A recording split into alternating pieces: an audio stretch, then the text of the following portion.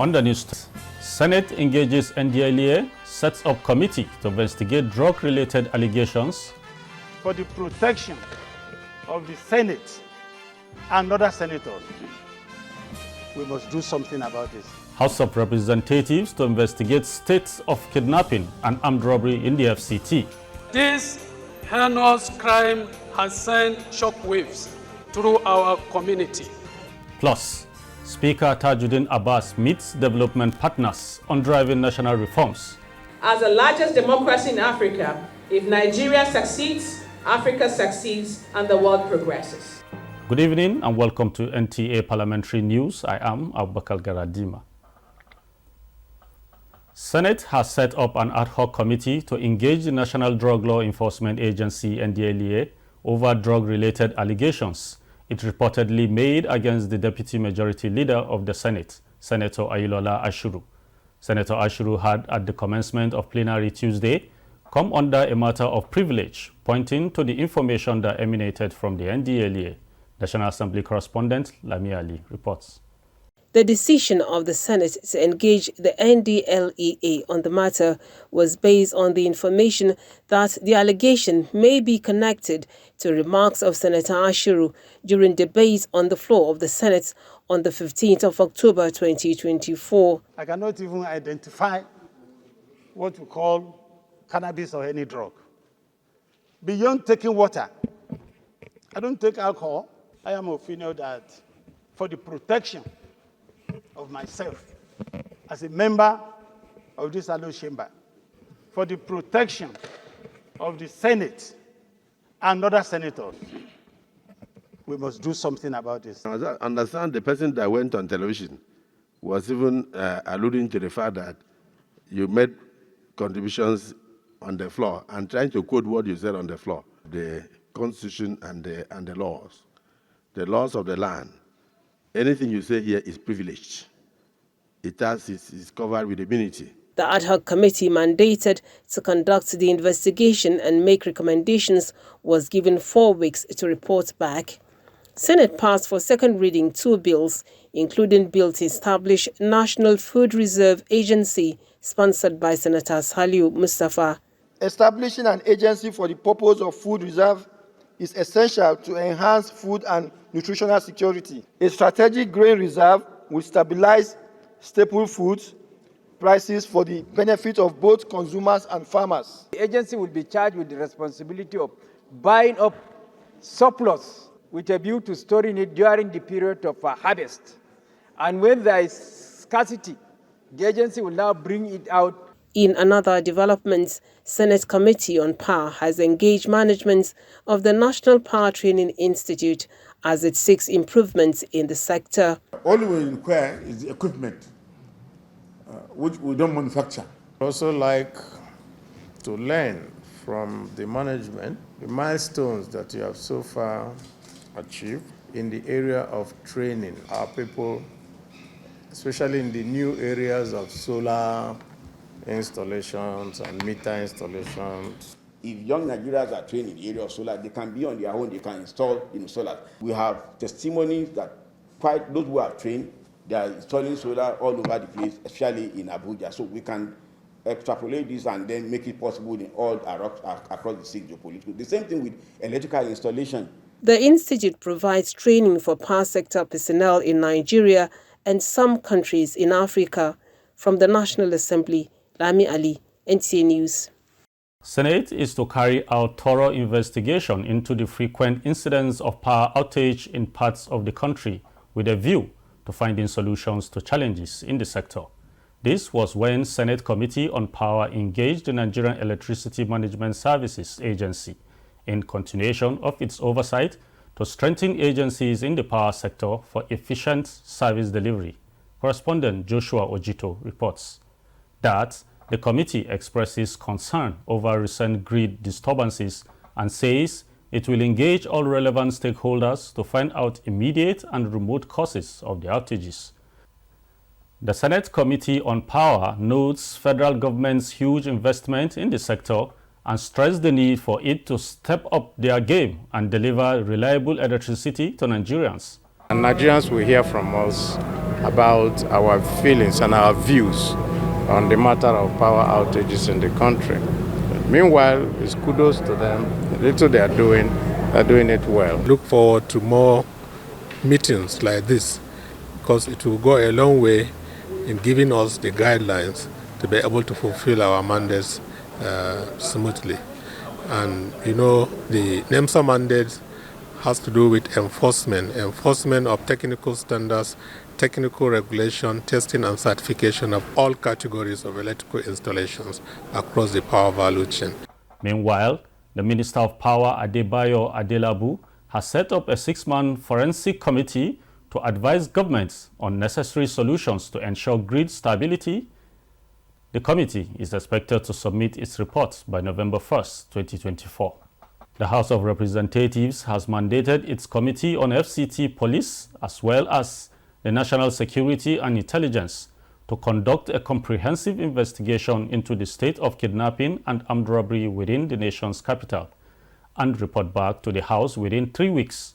The House also denounced the resurgence of one-chance taxi operations in Abuja by unregistered and fraudulent operators, urging the security agencies to arrest the menace. National Assembly correspondent Mitari Ikpe reports. As we're debating this issue. In a motion of urgent public importance, Representative Ismail Dabu lamented the death of his legislative aide, Ms. Nima Suleiman, who was brutally murdered on her way home by one-chance taxi operators around Banex Junction in Wuse district of Abuja last Thursday.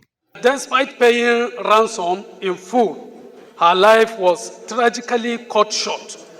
Her body was found between the hours of 9 to 10 p.m. at Maitama Ministers Hill Bridge in Abuja. Disturbed that this heinous crime has sent shockwaves through our community, confirming the escalating insecurity in the FCT. While observing a minute silence for the deceased, the House called on security agencies to clamp down on unregistered and fraudulent taxi operators in order to arrest the menace. This motion is referred to the committees on FCT, Police, National Security and Intelligence for further legislative action. The House also condemned the spate of brutal killings in Anambra State. Over 10 youths were dastardly murdered in Igbo community on the 20th day of October during the celebrations of the New Yam Festival. Send a delegation to Anambra State to hold discussions with the state government and relevant stakeholders on the escalating insecurity in the state. Several bills scaled second reading. The bill for an act to alter the Constitution of the Federal Republic of Nigeria, 1999, as amended, to create New Oyo State with Oyo Town as the capital city from Oyo State. Effect consequential change of the name of the remaining part of Oyo State to Ibadan State with Ibadan City as the capital city. To establish Institute of Leadership, Entrepreneurship, and Corporate Governance and for related matters. The House received and adopted the report and recommendations of its ad hoc committee on discrimination against the House of Representatives in the National Honours Award. There's a need to review the National Honours Act Cap End 43, Laws of the Federation of Nigeria 2004. We should place apart all other principal officers previously, not only presiding officers, because majority leader of the House or leader of the House and the Senate are normally considered for the same award. From the National Assembly, Mitari Ikben, NTA News. A strong legislature is crucial in driving national reforms and ensuring accountability in democratic governance. Speaker, House of Representatives Tajuddin Abbas stated this while presenting the Parliamentary Development Program of the House of Development and Technical Partners in Abuja. National Assembly correspondent Mitari Ikben again reports on these and other engagements of the House. The Parliamentary Development Program aims to strengthen legislative capacity of federal lawmakers for promoting sustainable development in the country. Speaker Tajuddin Abbas seeks support from the United Nations Development Program and the diplomatic corps to drive the ambitious legislative agenda of the 10th Assembly, which he says aligns with the reforms of the Tinubu administration. Historically, the legislature has been under-resourced and underdeveloped, especially compared to the executive and judiciary. Therefore, Strengthening the legislature is not only imperative, but also an investment in the stability and progress of our democracy. The Parliamentary Development Program matters not only for Nigeria's development imperatives, but for the African region. As the largest democracy in Africa, if Nigeria succeeds, Africa succeeds, and the world progresses.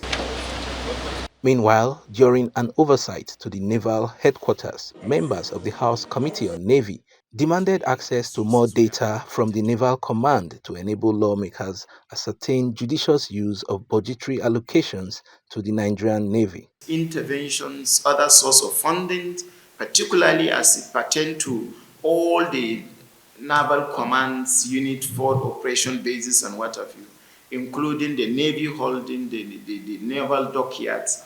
Our activities are offshore, at sea. And of course, you need to have a third eye for you to know what is happening at sea. That is how it applies in all areas of our activities, both in terms of our resources that we require. The committee emphasized the need for better collaboration between the Navy and Parliament to boost productivity and enhance service delivery. Mitaire Ikben, NTA News.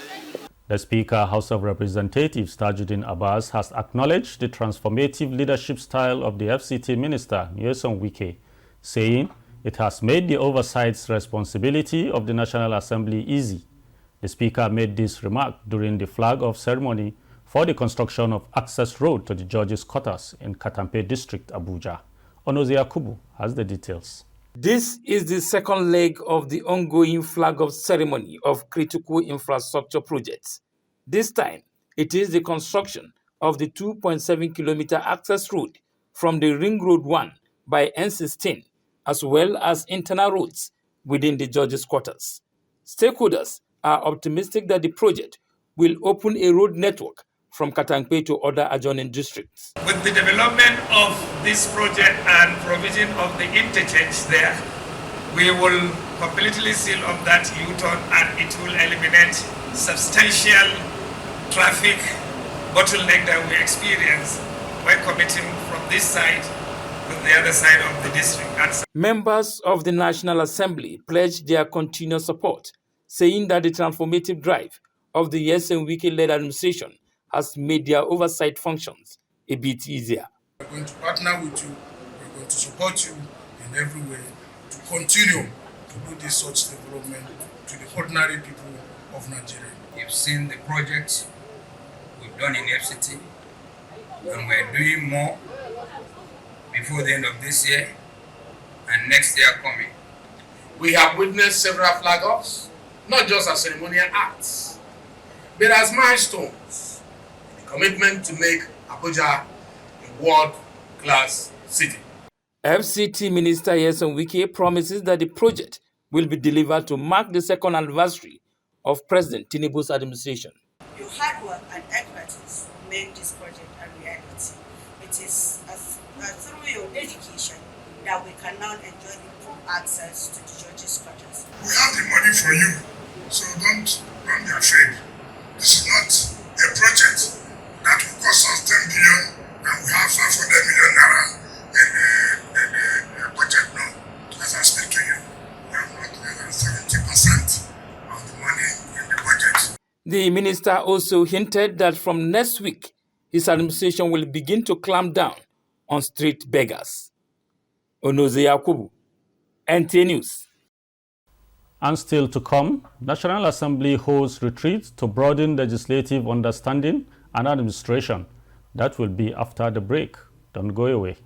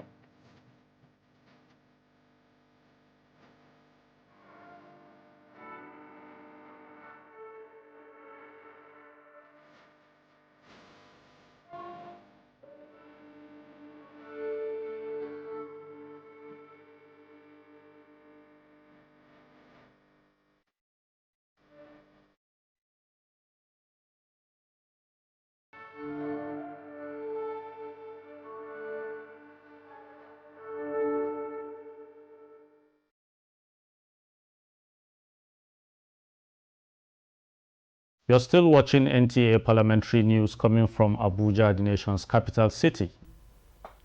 We now move to Kaduna State, where the chairman, House of Representatives Committee on Defense, Babajide Benson, has emphasized the importance of continuous adaptation to the 21st century welfare for effective results. He made the suggestion during oversight to military formations in Kaduna. Benson, while interacting with military leadership and personnel, highlighted the need to stay ahead of evolving security threats and emerging technologies. Gloria Tukun Wudong reports. The Chairman House Committee on Defense, Babajimi Benson, oversight visit to key military institutions, emphasized the importance of a strong partnership between the National Assembly and the armed forces. The visit aims at ensuring that these agencies receive necessary budgetary support to effectively address the evolving security challenges facing Nigeria. DICON has so much potential to turn the fortunes of the hardware, software, military equipment significantly. If we produce these items, ensure that they get a factory that can produce this, Nigeria will be self-sufficient. He commended the Armed Forces Command and Staff College, JAGI, for its commitment to academic and military excellence, producing leaders who contribute significantly to national and international security efforts. Recognizing the critical role of locally defense production, Benson lauded DICON's achievements in producing locally made firearms and military hardwares, emphasizing its vital contribution to enhancing the operational capacity of armed forces. Far-reaching decisions were made that will move the trade services and our armed forces forward, which will enable it to build capacity to develop armed forces officers of the middle rank cadre, and armed forces will be the better for it generally.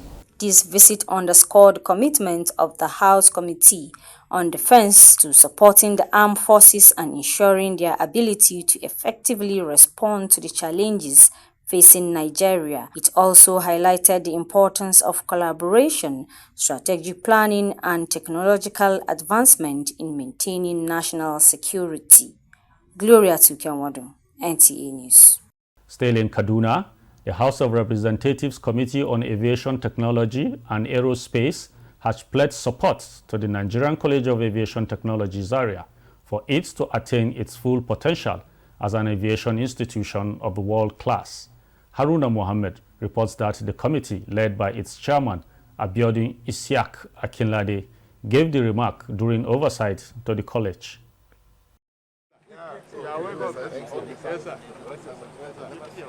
Members of the committee were introduced to the management team before settling for the business of the day.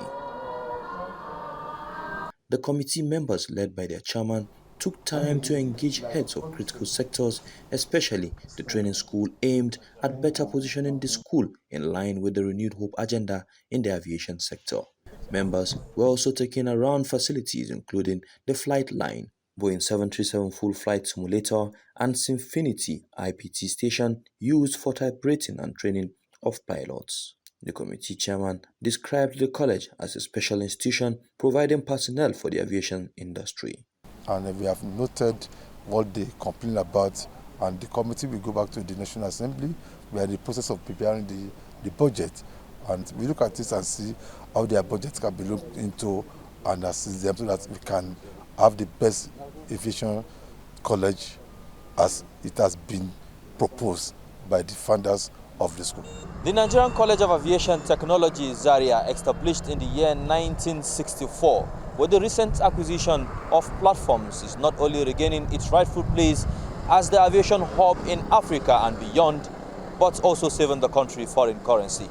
From the Nigerian College of Aviation Technology Zaria, I am Haruna Mohammed, NTA News. As administrative procedures are being put in place for the full implementation of the Supreme Court judgment on local government financial autonomy, the Chairman, Council of Traditional Rulers in Nasarawa State, who is also the Emir of Lafia, His Royal Highness Mohammed Sidi Bage, has advocated direct deduction of 5% from the Federation account for the traditional council to facilitate seamless operations and administration at the local government level.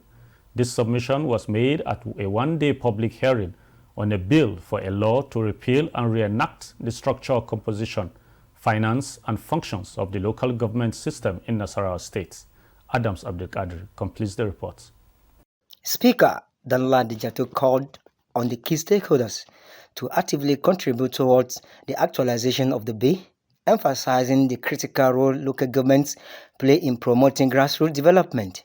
He urged participants to provide insight that will shape the framework for greater autonomy. I believe strongly that we are going to get the input that is expected of us so that the bill will be very rich and it will have a very positive thing to the common man and the grassroots. His Royal Highness Muhammad Sidi Bagi appreciates the Supreme Court judgment that granted local government financial autonomy and then raised concerns on upward review of the 5% gross allocation accrued to the traditional purse from local government account. We were given 5% by the federal government of Nigeria.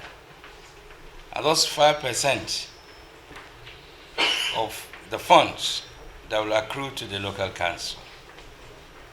Whether this is actually what is really on ground now or not, that's the big question and that's the big problem.